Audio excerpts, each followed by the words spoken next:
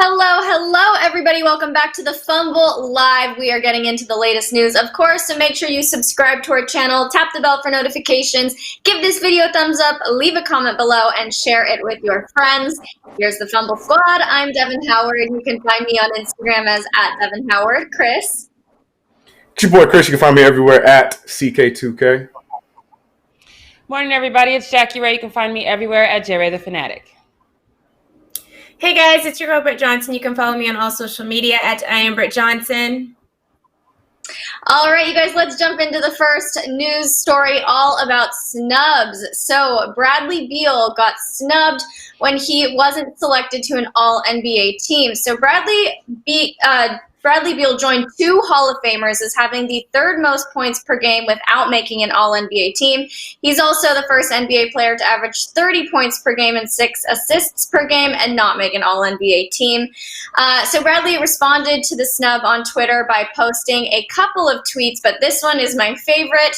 This popular meme kid making that really face, I think, is so funny. He also responded to Bleacher Report's tweet about him not making an All-NBA team by saying, yikes. And then we had other NBA players react to the news online. But before we get into that tweet that you guys just saw, Trae Young was also left off of an All-NBA team. So John Morant tweeted about both the athletes, writing, "No real deal Beal or Trae Young," along with the thinking emoji and the facepalm emoji. And then he posted both Bradley and Trae's stats, and then Trae tweeted back, "Game, recognize game."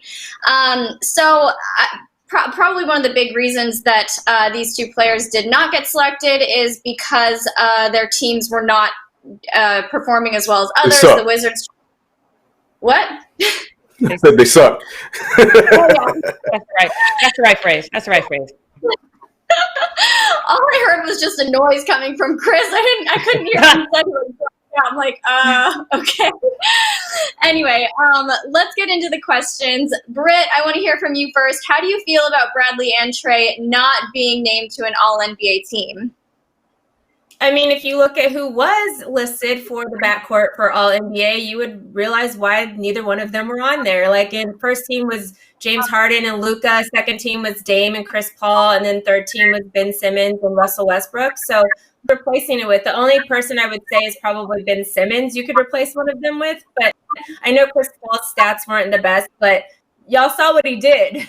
So Chris Paul definitely needs to be on that list too, what he did with that OKC team. So I mean, if you look at everybody else on the list, unfortunately, you're just, in an era or in a time where there's a ton of really good guards. So sorry for you. All the other guys deserve to be there just as much as you did, if not clearly more, because they're on the list and you didn't make it. So I think people, you can see it if you just see their personal numbers. Oh, yeah, he had over 30 points, 6 assists, whatever. But if you really look at who actually made the list, you'd be like, oh, well, technically I wouldn't replace them with any of the guys that are on the list. And besides maybe Ben Simmons, but anybody else on the list, I'm keeping on that list as is. So you don't take it as a snub at all, right? No, it's just unfortunate that there are a lot of really good guards. Do better, my guy. Mm-hmm. This is the standard you guys have to reach, and you got to do better. Yeah, you had a great season. And I know he's now trying to be the guy in Washington, even though people still think John Wall is the guy, even though John Wall hasn't played in 2 seasons. And it must be sad to be like, dang, I've been the guy the last 2 years and y'all don't recognize me. And I feel like he's not being recognized for having a great season, which he did. He had all those 50-point games this year. Great season. Good for you, my guy. But there's a lot of guys like Dame Lillard and James Harden who also had a bunch of 50-point games this season. So It is what it is. Yeah, it's a good point. That's a good point. Jackie, I want to hear from you on this. Do you agree with Britt that these two really weren't snubbed at all? They just didn't quite level up to the standard? I mean, yeah, I definitely agree with Britt, because both of these two guys, Trae and Bradley Beal, were in the bottom 4 as far as defending. So they weren't the best defenders on the court. So I think when you're looking at some of these other guys, you can see that they're better defensively. And then, like Chris said, there's something to the fact that both their teams sucked. So, I think the Wizards won 25 games or something like that. I don't remember, but then the Hawks won even less. So there's something to be said with that. So and technically, if you'd have stepped up defensively, maybe that number looks a little bit different, So I think, sadly, it's one of those things where it just kind of exemplifies one of the things I don't like about the game. It's like, oh, if you score a bunch of points, you should automatically be whatever to everybody, you know what I mean? And there's a lot of other aspects to the game. Can you defend? Can you assist? Are you a two-way player? There's a lot of other aspects to the game than just putting up points. So I see Chris over there not agreeing with me again. But no, I agree. It's just listening to you talk, and then I flash back to everything you ever say about Lonzo Ball. I'm just like, what is going on right now? Okay, but Lonzo can put up a triple-double goose egg. He's fully capable of that. So that's what I'm talking about. All right, that's what I want to say. I was people alone. I cannot say. But, no. With them sucking so bad, like the most Bradley Beal, I think, I don't know the exact number, but it was around 10, 40 plus point games, and they lost 9 of those games. They lost right. They were still losing, so it don't matter. You can put up 100 points, but if your team still loses, what did you really do? Right. Whereas exactly. His numbers are like, I think he only averaged roughly 17 points this season, but look where he took that team to. So it's just you gotta look at everything. It's not just how many points you scored, my guy. Your team also lost all of those games. Right. Yeah. Valid point. And Chris, I want to ask you, and I have a feeling I know how you will answer this, but is it fair to leave these players off an All-NBA team because of how their team performed during the season, even though they put up impressive numbers? Is that a reasonable approach for all of this? Yeah, 100%. 100%. The fact that Trae Young was even being thought about for me was hilarious because Trae Young is going to be on all NBA teams in his career. Let's not get it twisted. But right now it's not that time. The Atlanta Hawks suck, okay? You guys, we passed a lot of jokes and say a lot of things about my Knicks. The Hawks are worse than the Knicks. So it's like, and we're talking about Trae Young being on an all NBA team. To me, that's crazy. But Bradley Beal, like Britt just said, he had some tremendous games, fantasy basketball worthy. But did his team win in those games? They did not. So I wasn't too surprised. I do feel for Bradley Beal because he is all NBA talent. But again, as we've said so many times on the show, you made your bed, my guy. You wanted to be in Washington. You're on the team that you wanted to be on. I don't know what to tell you. So I don't feel bad that they don't get the award because their team sucks. Like Britt and Jackie said, there's more to it than just scoring points because obviously that doesn't win the game every single time. Right. Well, for those of you who are tuning into the chat, let us know what you think. Were these two truly snubbed, or are they just not quite there yet? Let us know in the chat. And now let's move on to this second news update. So it's all about Kawhi. Last season, Kawhi pulled a surprising move when he switched from the Raptors immediately after winning that championship. And now we learned it's partly because he didn't apparently have a lot of faith in the Toronto team. So Josh Lewenberg tweeted, there were obviously other reasons why he chose the Clippers, including and especially his desire to go home. But one of the things Kawhi told the Raptors when he met with them in Toronto last summer, according to a source, was that he didn't think they were good enough to repeat. Now, this is all, of course, sources said, sources say, whatever. None of it has been fully confirmed. But the Raptors did make it pretty far this year, so it could be an attempt to embarrass Kawhi now that he and the Clippers have been eliminated. But if that is something that he really did say, I think that is kind of like an embarrassing sentiment to have going around. So, Jackie, going to you first. Is this something you can picture Kawhi saying? You should have went to Chris first because Chris can't even picture him being sad in the car after losing this series, after being up 3-1. You should have went to Chris first on this one. But I don't even know if I care if he said it. I said from day one that he shouldn't have left Toronto because it doesn't make sense to lift a train that's picking up steam going downhill. That just doesn't make sense. So and like people are saying in the chat, the Clippers seem to be slightly cursed. And so I just didn't think it made sense to come to LA and go across the hall. I think he definitely should have stayed in Toronto. And I think we've seen that because it's half a dozen on one side, 6 on the other. If you were just going to go and lose, you might as well have stayed where you were. But you guys did actually win last season, and you guys actually did look really good last season. So it probably would have been better for you. But now we'll just never know. So I don't know if he said it. I actually don't care. If they're releasing it to kind of throw shade at Kawhi, I'm here for it. If he said it, then he's a special guy. I'll leave it at that. Chris, I want to ask you if you agree with Jackie on this one. Like, looking back, do you think it would have been smarter for Kawhi to stay with the Raptors? Do you think that he would have gone further, maybe had more success, made it to the finals again? Probably. I mean, he probably would have been on a team that could have been competing to be in the finals right now. I mean, it's the same team put together. You saw what they did without him. Yeah, I'd be crazy to say that, no, there's no way. And then to me, this report, I think there's just an LA report because he's in LA and they lost. So it's easy to just put this out there. I'm not buying it that Kawhi said this, whatnot. But no, I don't completely agree with Jackie. I was completely fine with the move. I mean, I'm all for these players putting those challenges on themselves. You know, the Clippers are a team that, you know, they've had the opportunity like this where they were good, but they can get past the second round. And here we're in the same situation like this again. And who knows what happens next year? I don't know.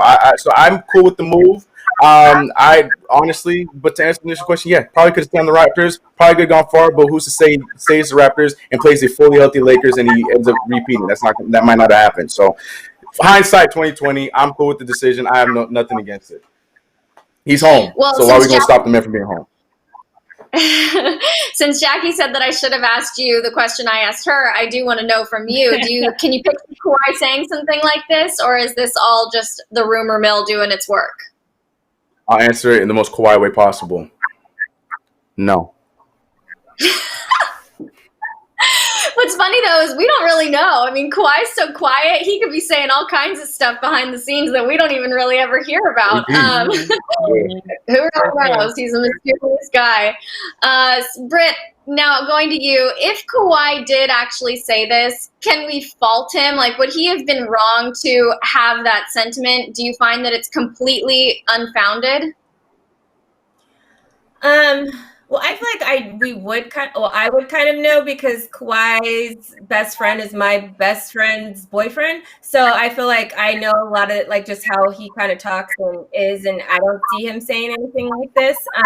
But if you do look at how the season went last year, of course you would think that going to the Clippers would be amazing because the Clippers were the only team that took the Warriors, a healthy Warriors, to a game 6, and they played really well with no stars on their team. So I think Kawhi could see like, oh, if I inserted myself in there, the Clippers would be even better. And the Raptors only won because, I mean, not only, but the Warriors were all hurt. Nobody was playing on the Warriors anymore. So they got kind of like a free pass to win the NBA Finals at that point because the Warriors were not playing. That's not the Warriors team. That's the Warriors team that we saw this whole entire season. Nobody was on that team. And that's why the Warriors were crappy this year. So I think they won the NBA Finals because it was easy to get to the East or through the East last year. And then when you got to the NBA Finals, lucky for them, everybody randomly got hurt by that time. So it was easier for them to win.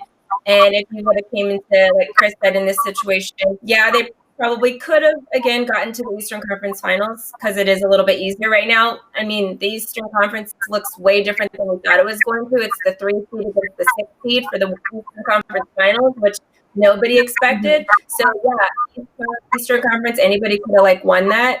But I think again, whoever they would have been playing in the Western Conference or from the Western Conference, they probably would have lost anyway. Because I just think the Western Conference is so much better than the East. So I don't think they would have repeated regardless if Kawhi was there or not. Mm-hmm. All right, you guys. Well, that wraps up Need to Know News. So Chris, the floor is yours. Oh boy, ladies and gentlemen, it is time for Post Up with your boy Chris. Quarantine edition, yes.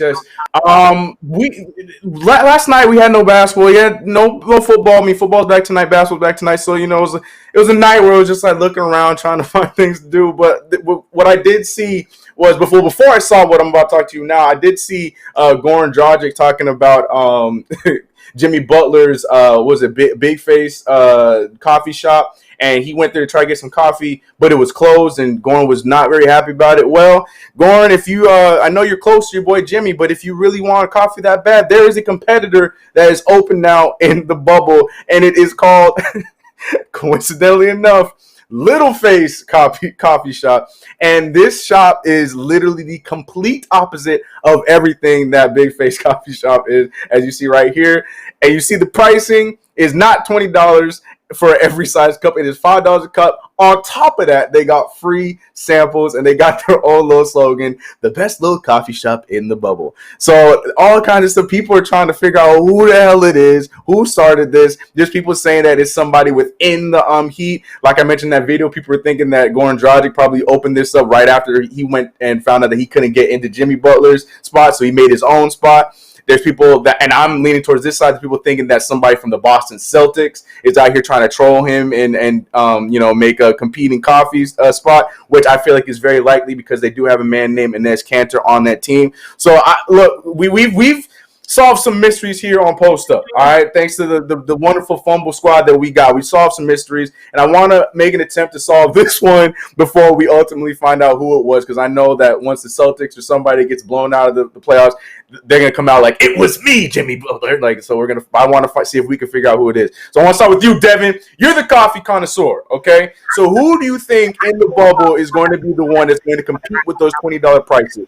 And confirm right now whether it is not you or whether it is or not you. Is it you? Did you do it with the $5 prices? Wait, Yeah, did you do it? Is it you? yeah.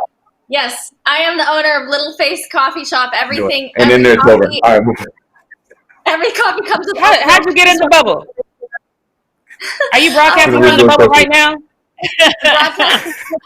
Got a man in there.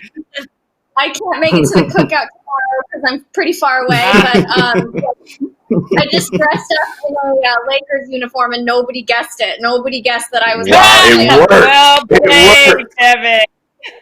Who do you think it is, Devin? My God, I really have no idea, and I knew you were going to ask me this, and I have no idea who I even think it is.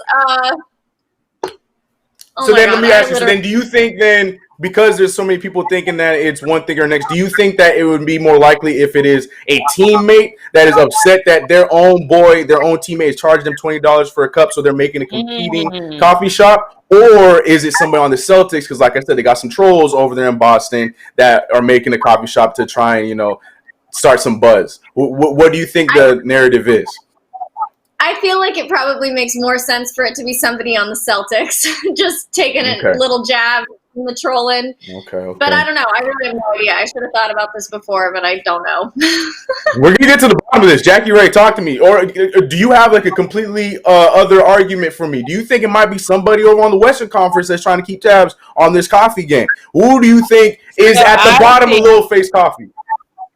So this is like a game of Clue. I used to love Clue. It was my favorite game. Yes. So I think at the end of the game 7 between the Clippers and the Nuggets, Michael Malone said, everybody just thinks we're the little guy. They forget that we're in third place. Oh. So I think it's Michael Malone trying to say, hey, don't sleep on the little guy. Oh.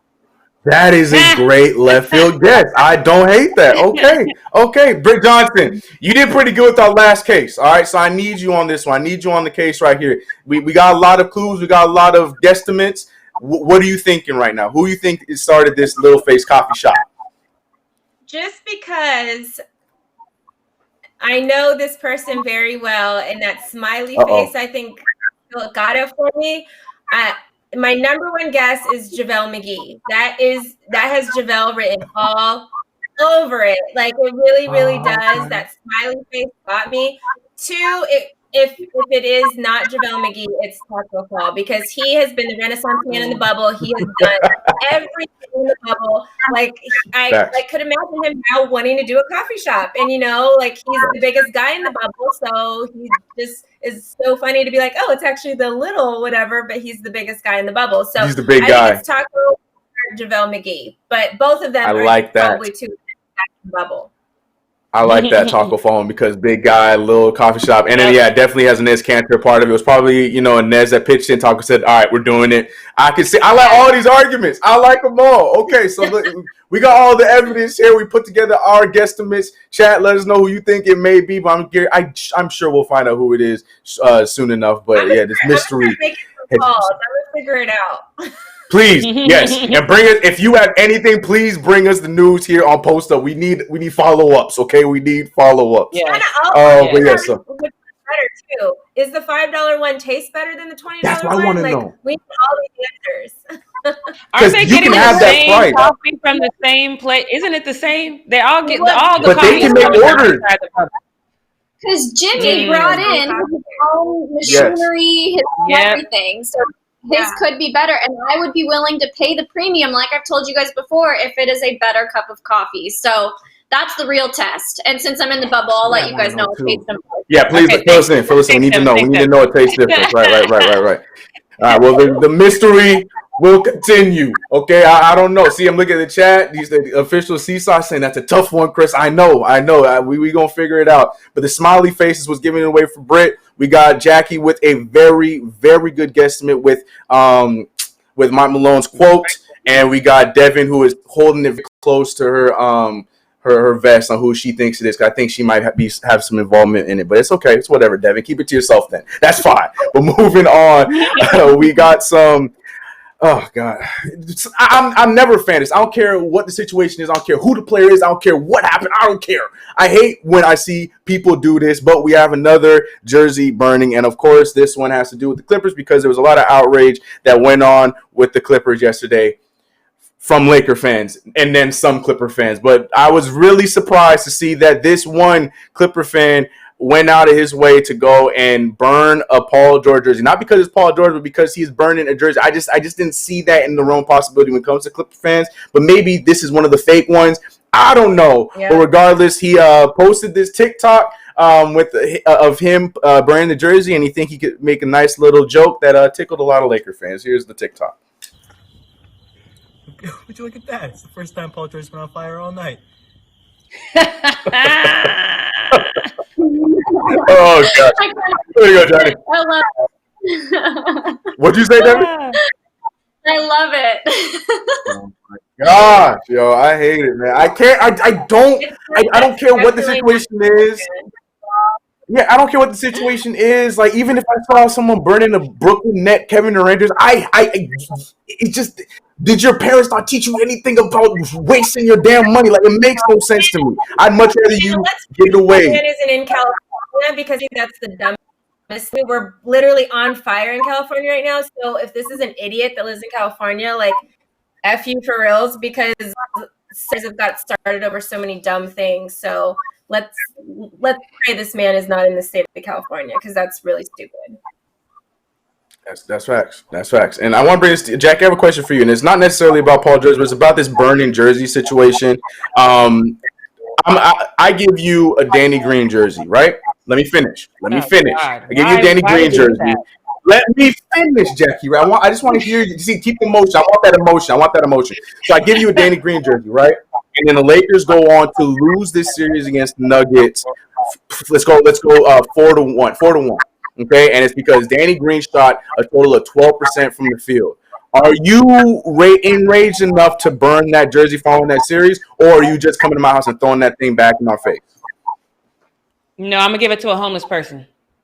Okay, but you're not burning the jersey. So what's your stance on the jersey burning phenomenon? Because every time something bad goes on, somebody burns a jersey. How do you feel about that whole thing? I mean, it's dumb because they already got your money, so I don't really understand. You know what? And here's the thing, because TikTok is so amazing. They've got this thing called green screen. You could literally just do an effect that makes it look like you burning the jersey and just keep your stuff. But I'm not about burning money like that. Like I said, I would give it to a homeless person or give it to a current Clippers fan. Like, I'm not mad at people saying abandoning ship and saying y'all suck. Like, if that's what you want to do, I don't think now is the time to do that. But if you are doing that, then there are people who would love that Paul George jersey. Or like I said, you'll probably pass somebody on your way home that is in need of some clothing. You can pass it along to them. So I'm never a fan of this whole burning money I already spent. You already spent the money. I don't understand it. And these jerseys are not cheap. They're not cheap. Like, I don't know, man. I could never be me. Could never be me. I get it. You got your joke out. Ha, ha, ha. I hope that TikTok is blowing up because that jersey already did. Anyways, moving on. Never in life. I don't care if it's Christmas, my birthday, or whatever.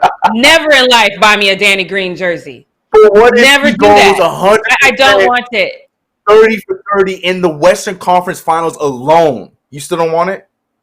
I don't see it happening. If that happens, I will take it and frame it to remind me. What if he what?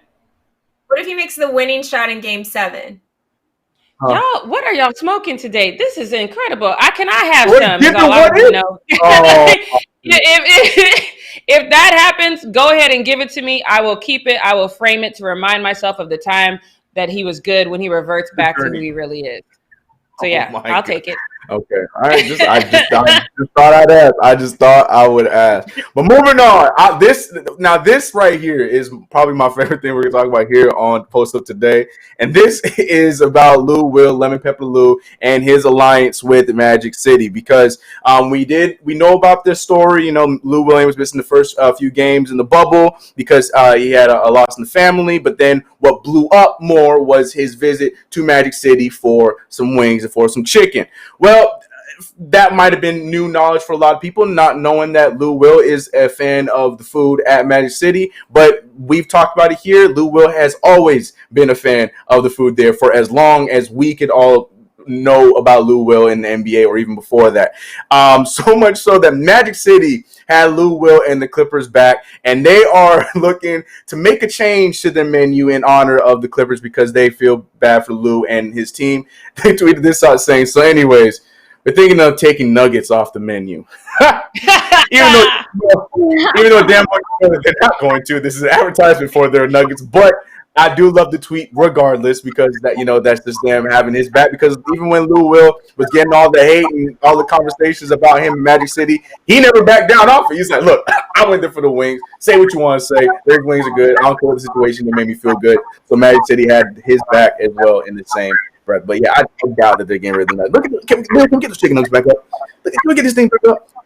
One more time, Dale. Can we please? Because look, the wings themselves look good at Magic City, but you cannot tell. Look at these things. Come on now. Like McDonald's chicken nuggets. McDonald's wishing.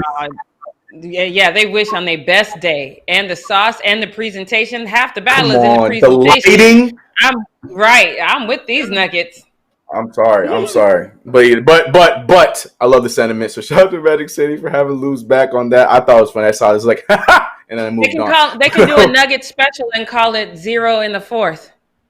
I can't see this is why, and you put the camera on her, Leo. Why did you do it? Don't entertain her. Don't entertain her. Bring it back.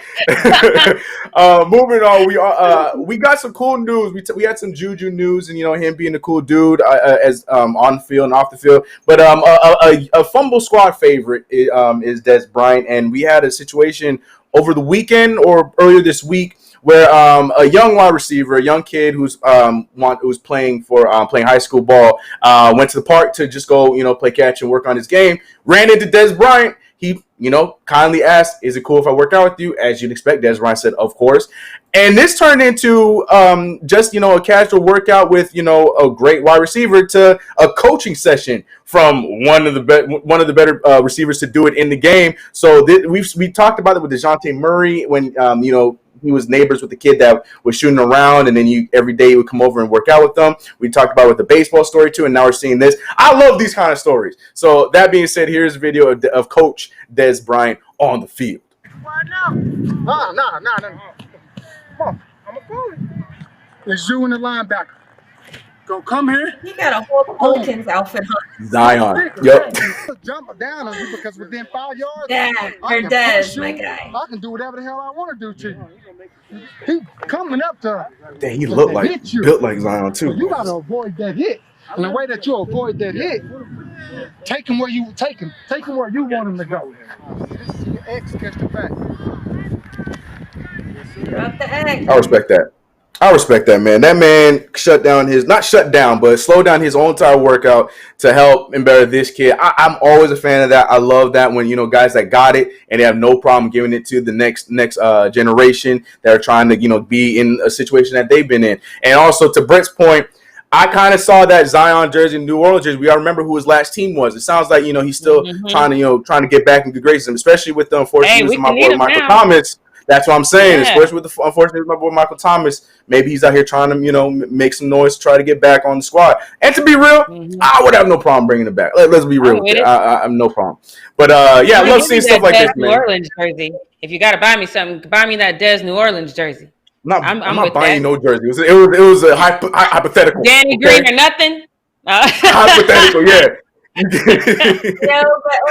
with all the injuries we saw in week 1 for this NFL season, Des will be on a team sooner than we think. Like, we had so many injuries week 1. It was crazy. It was so crazy. Like, I'm so we knew that all the top guys that are out, like Michael B, Richard Sherman, like all these guys that are out. George Kittle, a lot of people find injuries. Like, so many guys out, just out. Yeah. Des will get a job soon.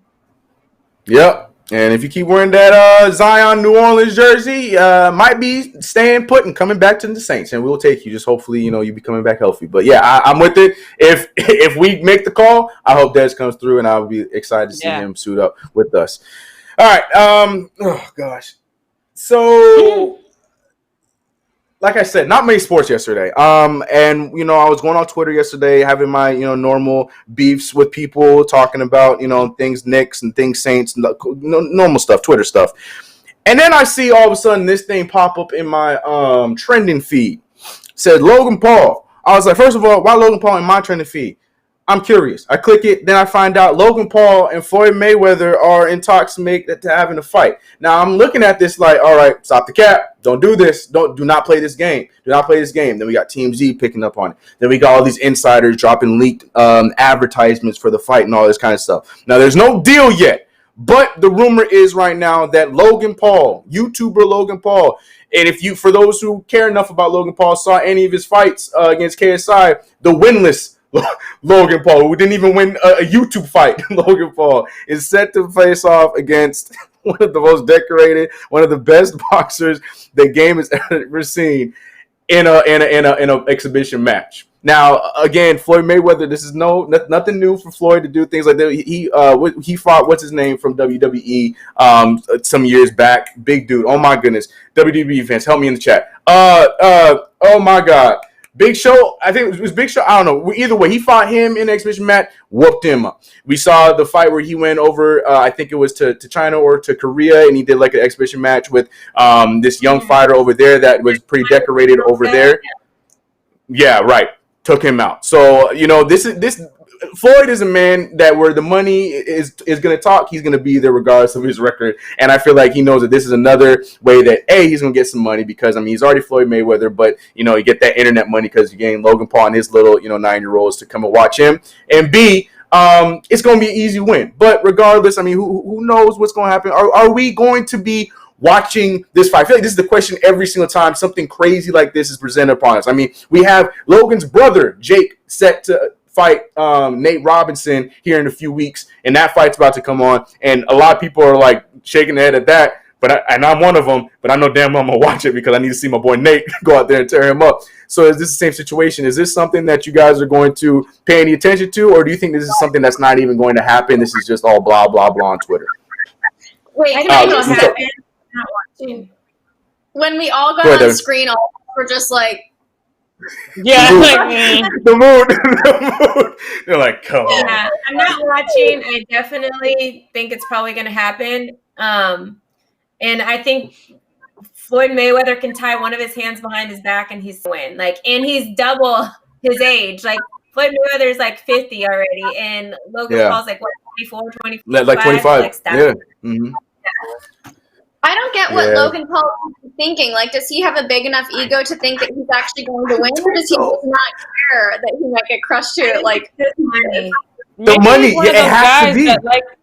And maybe he's one of those guys that he doesn't care to off on pain, or he gets off on pain. You know what I mean? Like he was a cutter back in the day or something like that. Like maybe he's just like one of those guys that likes to. Yeah, that's what I'm saying. There's people like that in the world, but I will watch the highlights. I will watch all of it. It's gonna be on YouTube. Right. Catch me the next day. I'll watch the highlights for sure. But that's the thing, man. Like Britt said, like from a marketing standpoint, I cannot get mad at Logan Paul for this. He's gonna get beat up in the process. But I mean, he's probably gonna get some more people that are gonna look at him. If he even gets some hits and stands a chance, then there's gonna be those buzz like, oh, can Logan Paul fight? So I mean, it's a win-win for him regardless. And I don't know. Am I gonna watch it though? I can't say I'm gonna watch it. I'm more invested in the Nate Robinson one just because Nate Robinson, fellow Nick. Once Nick, always Nick. Gotta go support my boy. But this one, yeah, I'm gonna be on YouTube the next day and see how those highlights. I just want to see Logan's mom. Like somebody show her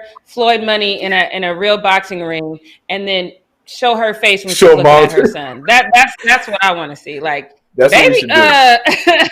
If you just want to make a YouTube video, make that. I'd watch that. Yeah, don't do that. Right, that's what I'm saying. Just do it. I don't know, but hey, I mean, what do we know? I mean, he's probably get some bucks from it. A heavy hitter, so he'll be okay. I think he'll be okay. We'll see. Yeah, He's but gonna get that money. So hit to the face of a non-professional fighter who clearly has no chin. But technically, I don't care how hard. Technically, he is a professional, though. Is he technically a professional? No, he's technically a professional. Yes, he was classified a professional with his last fight. So no, he's not gonna have headgear. He's gonna be full face, no chin and all, going in and taking hits from Floyd Mayweather. Like I said, highlight. Hey, what people do for some money, Like I remember watching Jackass and seeing all the dumb stuff they did on there, and they did that stuff for pennies. So and they're paid very nicely. That's fact.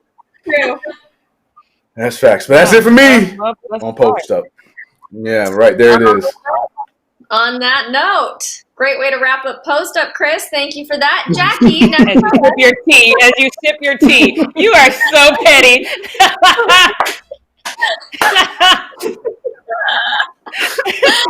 All right, Jackie, tell us what we're not gonna do. Yes, sir.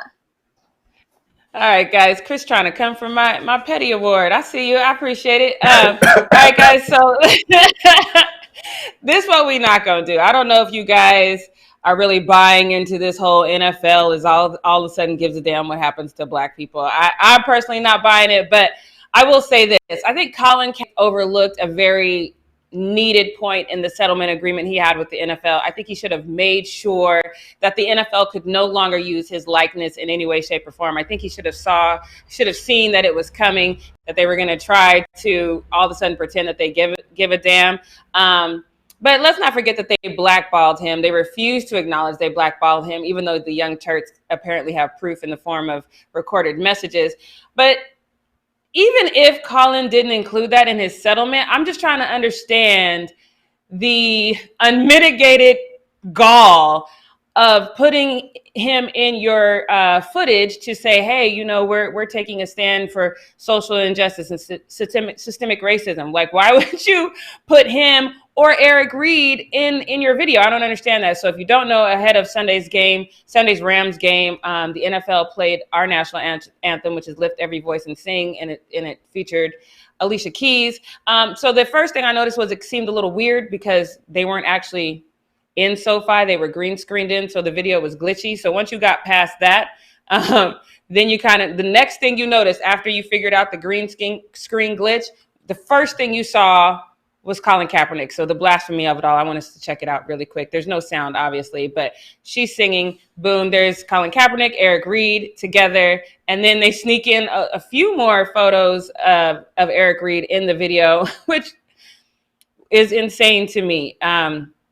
Because you guys know what they did to Eric Reed as well. So the fact that they're using Eric Reed and Colin Kaepernick as symbols in this fake representation they're doing to say that they give a damn what's going on to black people in this country, I don't even know how to take it. Because not only did they blackball Colin Kaepernick, they have blackballed Eric Reed. I know you guys remember that he was given an astronomical amount of random drug tests, which are mathematically and statistically impossible for him to get that many random drug tests, but he received that. So he's been subject to a lot just because he joined in with Colin Kaepernick's protest. And I just don't understand why the NFL it doesn't even make sense. It's like, I don't even understand it. But Colin Kaepernick makes sure to call it out as well. He responded to a tweet from Deadspin that said, like Kaepernick, Reed is blackballed for wanting killer cops to stop getting away with murder. And Cap responded saying, while the NFL runs propaganda about how they care about Black life, they are still actively blackballing Eric Reed for fighting with the Black community. Eric Reed set 2 franchise records last year and is one of the best defensive players in the league, which is true. He's still a free agent to this day. I know Britt said that Dez will get a job really soon. I'm hoping that if Eric Reed wants to play, he gets a job really soon. Although I don't honestly understand wanting to play for an organization that treats you the way that the NFL has treated Eric Reed and Colin Kaepernick. But I've said it for a while. I think that the NFL kind of mirrors our country. I think 99% of the concern that we see from politicians in our country is fake. And I think 100% of the concern that we're seeing from the NFL is fake. Because I don't understand how can it be real, because both were built on racism. And unless you're going to blow up the foundation entirely, I just don't know how you can expect to really build something new. It really kind of saddened me to see this, though, because I can't imagine what it feels like to see your face and your likeness as a symbol of, hey, we're moving towards social change from an organization that is actively blackballing you if you're Eric Reed and has never even apologized to you if you're Colin Kaepernick. I think it's absolutely nauseating. Eric Reed seemed to agree with us as well. He posted the following tweet. He said, what the NFL is doing is half-hearted at best. NFL commissioner has gotten comfortable saying he was wrong, as if his mere acknowledgement reconciles his admitted wrongdoing. He hasn't even called Colin Kaepernick to apologize, let alone reconcile, proving this is only PR for the current business climate. As such, Roger Goodell's uses video of Colin courageously kneeling legitimizes their disingenuous PR while simultaneously perpetuating systemic oppression that this video he's using fights against. By continuing to rob Colin of his career, it's diabolical. I don't know. Like I said, it kind of hurt my feeling to see the whole video because as much hate as they're throwing out to use him now, I think is terrible. But I am happy that Colin Kaepernick is somewhat vindicated because ESPN did retweet Cap's post this morning revealing his newest venture with Nike. In the tweet, Cap said, quote, 4 years ago, I took a knee to protest against systemic racism and social injustice. It was that day that the number on my jersey would come to represent something greater than football, something greater than me. Since then, the number 7 jersey has become a symbol for advancing the liberation and well-being of Black and brown communities. Thank you for staying true. # true to 7. So this post was revealing his monochromatic jersey that was released this morning. If you're trying to go find it right now, good luck, because I tried and it was sold out within 3 minutes. Couldn't even get it. So I think that's a beautiful sentiment.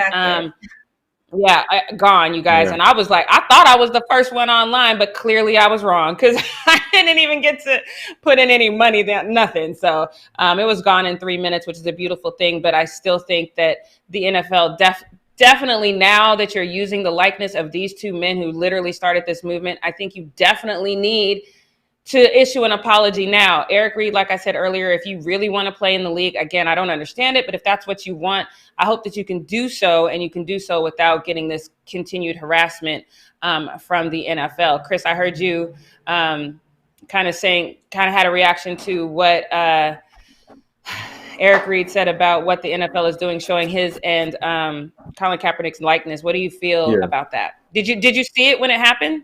Cringed. Yeah, of course I saw it. Cringed. It was crazy to me. Like, because what he tweeted exactly how I felt. The fact that now that we heard Roger Goodell say that he feels like he messed up, and then to just throw Cap and throw Eric Reed all over the place as if that was him saying, I said it now. I said it, so we're good. Now I can show these guys now, right?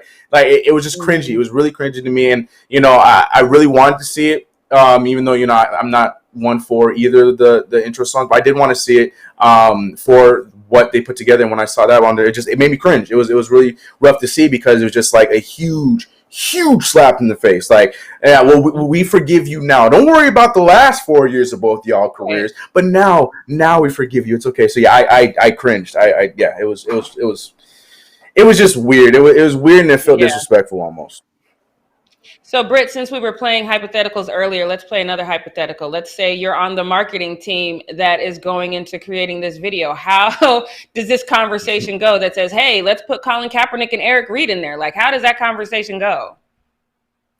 I think the first thing is we need to have a conversation with them first. If you guys are suggesting that we use them in the video, let's get them on the phone. Let's see what they think about it. Let's have their input in this whole entire process. 100%. That's what first and foremost should have happened.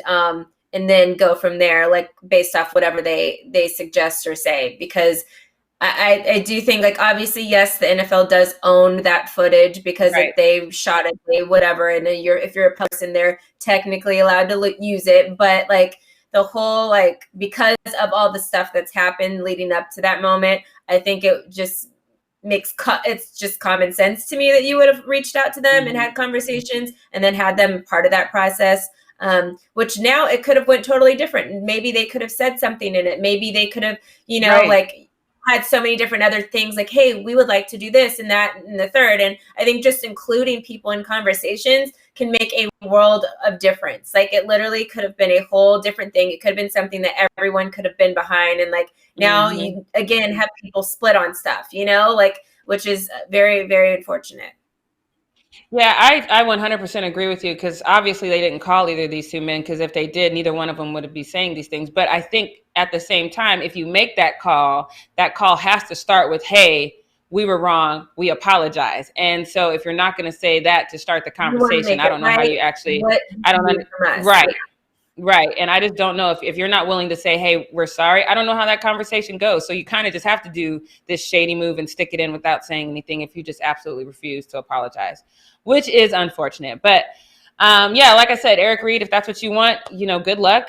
Like Britt said, unfortunately, there's been a lot of injuries. So I think there's definitely room for you in the NFL if you want to play. So let's just kind of keep our fingers crossed if that's really what you want to do. But let's get on to this next one, because obviously we've got to continue on in this Clippers talk, because that's just going to be the talk of LA for a minute. But what is the best way to make your fatigue and lack of chemistry excuse seem plausible while you start releasing stories that make it fact, even though they may or may not be true? So Chris Haynes of Yahoo Sports is reporting that Paul George and Trez had a heated exchange in Game 2. They lost Game 2 to Denver. Apparently, Paul George was passing to Trez, who was well guarded by Jamal, and Trez had a problem with that. He said he shouldn't have made that pass. I think it's kind of convenient that they're saying now that the exchange was heated, because that game had happened on September 5th. This story came out this morning. So yeah, pretty convenient that it's coming out. But apparently when they went to the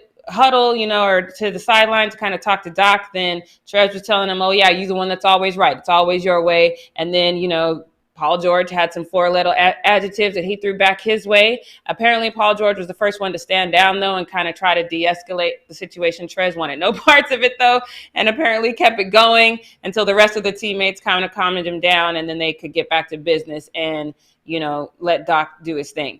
To be fair, though, The Athletic also in January reported that the arrival of Paul George and Kawhi did create some behind-the-scenes friction with Trez, and Trez actually said that the Clippers are not a great team. He said that in January while expressing some frustration over how the team was performing at that time. So either way, though, I mean, I have traveled with LeBron everywhere. There's always going to be some type of friction behind the scenes when you get a guy coming in, or two guys in this case, that you think are going to try to, dominate the situation. But that's your job. It's your job to figure out a way to overcome that. It's your job to figure out how to work with these people. So I'm really not here for this excuse, especially, Trez said these things 9 months ago about, how he felt like they weren't a great team. Obviously, that is not that factual, because they actually did start to work well together.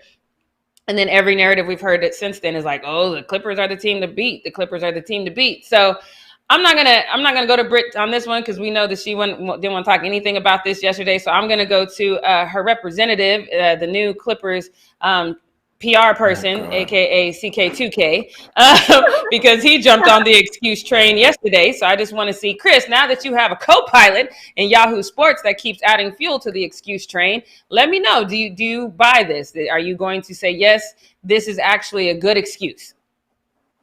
No, this is the same thing as the Kawhi thing. I feel this is LA. This is LA. I'm a Knicks fan. I know this kind. This is an LA thing because they lost. So now all of these stories and all of these little rumblings and bumblings from behind the scenes are going to start coming out to just add fuel to the fire of what already happened with the Clippers. So no, I'm not buying any of this, and no, I'm not. No, this is all right.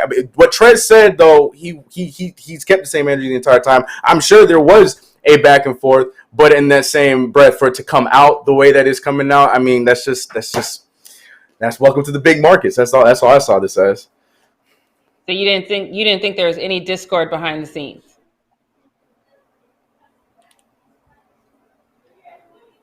I don't think so. Did you think there was any discord behind the scenes? Well, we knew that, and like I don't know if this article just came out on here today, but Trez literally said in post-game interviews a couple like 3 games in a row, he was just like, oh, the energy is bad in here and we don't even come to play, right. And there's half of our team that what he said that in the post-game interviews, we just don't cover it because we only cover Lakers all the time. But like they literally were saying, he was talking about that in post-game interviews, and it was the same thing with what we had talked about with the Michael Porter Jr. thing, like, why are you letting everybody know that y'all are having problems? Like, that's how Trez was coming off to me. And I said before, this is his last year on his contract. He's going to be out. Like, if you can't get along with the 2 stars on the team, you're going to be gone. Like, and he continually has had little snippets that he says stuff, and we don't talk to him a lot in post-game stuff just because he's not one of the star guys on the team. Usually it's the Paul George clips or the Kawhi clips that you get or whatever, even Lou more so than Trez. But like, Trez has been saying little stuff, and he keeps throwing shade at like, oh, well, the coach did this, didn't do that. He's been saying stuff the whole time in the bubble, and he hasn't even been in the bubble, but like the last month, like as soon as he got back, like he's been saying weird stuff. And like the Clippers, to be honest, like they didn't play together the whole season. There was only 13 regular season games where every Clippers player was healthy. There was guys out all season long. So like they had moments where they didn't have to deal with each other. And then Trez being gone for a month in the bubble, when we did see the Clippers actually play their best basketball before like he came back, he, I think, threw the energy off a lot. And I'm definitely not going to be surprised if he's a free agent. So we can decide to offer him a contract or not, but I think he's gone for sure. Okay. I still think it's just the excuse train, because I don't care who you have beef with. Just like I said with Porter Jr., this is something we have to address in the locker room, but it's your job to address it and move on. If you can't figure out how to do that, then it just comes off to me as an excuse. Little stuff. I agree. Yeah, so now, since you're here, it's time for Brit's takes. Are you going to get Chris up there? There he is. Takes. No, do that over. Do it over. Do that over. It is time. Are you ready? That's my bad. I didn't give you enough. Okay, here we go. It's time for Brit's takes. Brit's takes. Now, before we get into Brit's take, you guys, I have an announcement to make. It is the WNBA playoffs now. Playoffs started on Tuesday. So please watch WNBA basketball, because that is something that you can watch if there's nothing else to watch on TV. WNBA basketball has started. The first 2 rounds, you guys, are single elimination games tonight. Obviously, my Sparks are going to be playing the Connecticut Suns, and it's second round, and it is a single elimination game before we get into those big-time Western, Eastern Conference, all that kind of fun stuff games. So make sure you guys check out WNBA playoffs, because they are in full effect right now as of Tuesday. So get excited for that. That is another sports thing you guys can check off your list and watch if you guys say, oh, I don't have any sports to watch today, or things are limiting down, or, obviously with just them being the Eastern Western Conference Finals for NBA, we got WNBA in there too now. So make sure you guys check out WNBA basketball, please. All right, moving on to Brit's take. This one, is this going to be the beginning of the end? So Chiefs fans were the first game last Thursday. It was the first game of the season. And they were also the first team to have fans in the stands. And one of those fans tested positive for COVID and caused a dozen others to now have to quarantine for 10 days. So Last week, we had first week of football season. Chiefs, I mentioned, were the first team to allow fans in the stadiums. The only other team that had fans in the stadium last week was the Jacksonville Jags. Both teams had roughly 16 to 17,000 fans in the stands.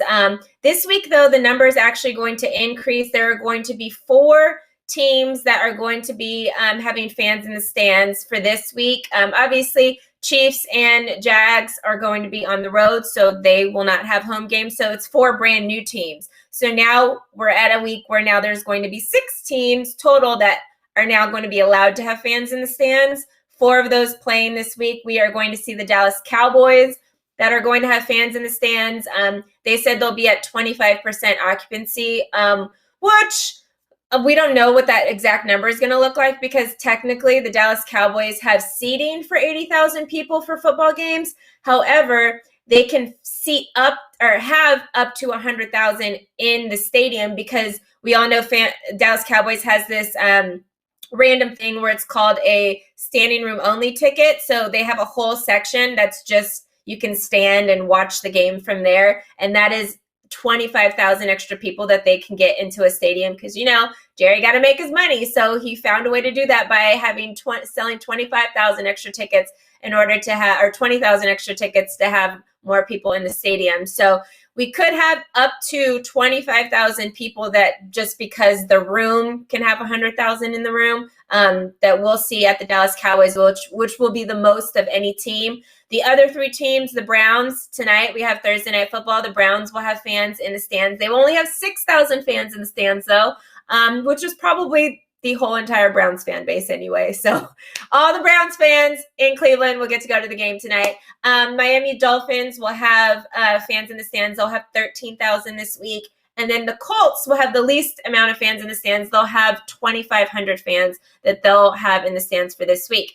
So in upcoming weeks, this is just going to continue and grow. So right now, like I said, we have 6 teams that officially are bringing fans in the stands. And obviously, it just depends who has a home game or who doesn't have a home game, if we'll see it that week for that. But six teams out of the 32 teams have it as of week 2. And then by the end of September, we're almost at, like, I would say like 25 teams that are going to have fans in the stands. So it's very, like, this COVID thing with fan getting COVID could be a bigger deal than we are predicting. So the Chiefs basically technically had some stuff in place, which I think is good. So going into the stadium, they have some kind of tracking situation that's like connected to your like ticket or something like that. So they can basically follow each fan through the stadium. This particular fan that they found out had COVID, they were able to use video stuff to also track them. And they announced that fan did follow the mask mandate and had a mask on wherever they went in the stadium. You're only supposed to take it off when you are drinking or eating anything. Other than that, their rules are you have to have the mask on at all times in the stadium. And because they were able to track wherever, I guess, the ticket was going, or I don't know if they have a band or whatever the case is, but they have a tracking system in Kansas City where they can track all the people that have tickets to the games. So by doing that, they were basically able to get a group of people that came in contact with the person who tested positive for COVID. So it's everybody that was seated with you, obviously, plus it's any concession stand workers or, you know, ticket people, whatever, anybody that you came in contact. And so they had to notify all of those people, and all those people have to do a mandatory 10-day quarantine because of it. So we don't know if any of those people are going to come up with COVID. Again, we could have more COVID tests from this game, but this was the first person in the dozen people that, you know, test or that were around this person also have to now quarantine for 10 days, which also is, I want to ask, and I hope they are, but any of the concession stand workers or anybody that was working at the game that came in contact with this fan, they better be getting some paid leave time for this, because it's not their fault that they got, you know, they had to come in contact with somebody who was allowed into the stadium that had COVID. So hopefully Kansas City, these people, these employees that actually have to now quarantine for 10 days because of COVID or whatever that happened inside the stadium. But going back to all the rest of the teams. So again, by October, most teams will have fans in the stands. The only team that has announced 100% the whole entire season they will not allow fans in the stands is the Las Vegas Raiders. Surprise, surprise with that, right? But yeah, they are the only team that said the whole entire season they will not allow fans in the stands. Obviously, other teams like Rams and Chargers and stuff, they're all like tentative. So it's like, oh, well, depending how we look, we're going to reevaluate stuff every month and then at that point decide what we're going to do. But the Raiders are the only one that it doesn't matter. If we're free of COVID in December, we're not having fans in the stands. So they're the only ones that will not allow any fans in the stands in that beautiful brand new stadium that's in Las Vegas for this season. But I feel like they're playing it smart. I'm wondering if we're moving too fast. I think the biggest thing that these NFL teams, owners, this, that, and the third, the league in general should focus on is the safety and wellness and health of the players. Adding this whole other avenue that they have to focus on, which is now the fans, I think is just, it could be a lot. Obviously Colts only having 2,500, that's not bad. Browns having 6,000, but the Cowboys having 25,000 fans in the stands. It could be, yes, it's only a quarter of what the stadium can hold and stuff. So people will be able to separate. Everybody knows the cool thing that the Cowboys have with having suites that are on the bottom level, and those are going to be in close contact with players. I know a lot of the players. I know Zeke owns one of those suites, so he has his family and stuff go in his suite, which is on the field in the end zone. So are those going to be allowed to have them, or the players only just get family tickets that can go in regular seating? Because those suites at the bottom are very, you literally are on the field, So I don't know if we are moving too fast in this. I worry that we possibly are. Obviously, this is technically only one fan, but this is just one fan that got tested. There could have been tons of other people that attended the game that just haven't gotten tested or are not going to get tested. I live in California. California is one of the few states that actually is doing free testing. A lot of other states, I know Texas is charging like $250 for a COVID test, among other places that are charging money for it. So a lot of people just aren't getting them because they cost money. So it's not saying that just only one person tested positive out of the 17,000 that were at the Kansas City game. Only one person that got tested positive, So I worry if I think we should just be focusing on the players. I think none of the stadiums at this point should really have fans yet. Obviously, other states are crazy and they've just been living life as normal, which is why we still haven't gotten over this hump with COVID yet. But I think that the football teams should be the leaders of that. Who cares if your governor gave you the okay? Because that's what Jerry Jones, their governor,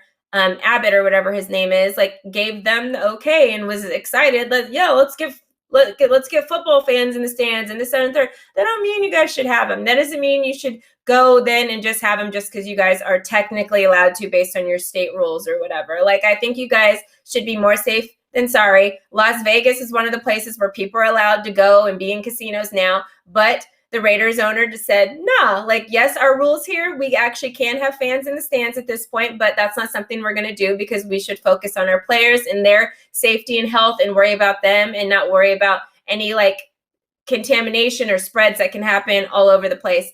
My question is, let's ask Jackie here. Do you think that we will see a huge outbreak in the stands this season? Obviously, the NFL players have been doing a very good job in, keeping themselves, I guess, quarantined or whatever the case is. But do you think just after the very first game, we're already having people quarantine and stuff like that? Do you think we'll see a huge outbreak in the stands?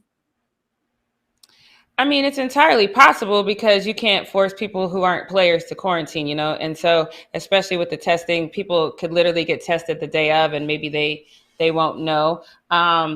So yeah, it's entirely possible. There are ways around it. I don't know if it's cost effective. They could literally, out here at the Forum in LA, there's a testing center. I know that those still take a couple of days to get back, but if you wanted to, you could set up something similar in the parking lot because it's not going to be you're testing it's going to be limited number of fans. You could do a rapid testing, and if fans test positive there, they can't go into the stadium. You could definitely do that. I understand that there's a cost attached to that, so they probably wouldn't want to do that. But if you're really trying to do safety first, then maybe you should consider that. So because if you don't, then it's entirely possible. But at the same time, it should be limited because you should only be sitting close to people that are in your family. But we know the concession stands are open and things of that nature too. So and I know for me, like my Apple Pay, I have to take my mask off so my phone can recognize my face. So there are going to be moments when, you could expose somebody. So I think that the best way to kind of address it would be to do those rapid testing centers in the parking lot if they really want to make sure everything's fine.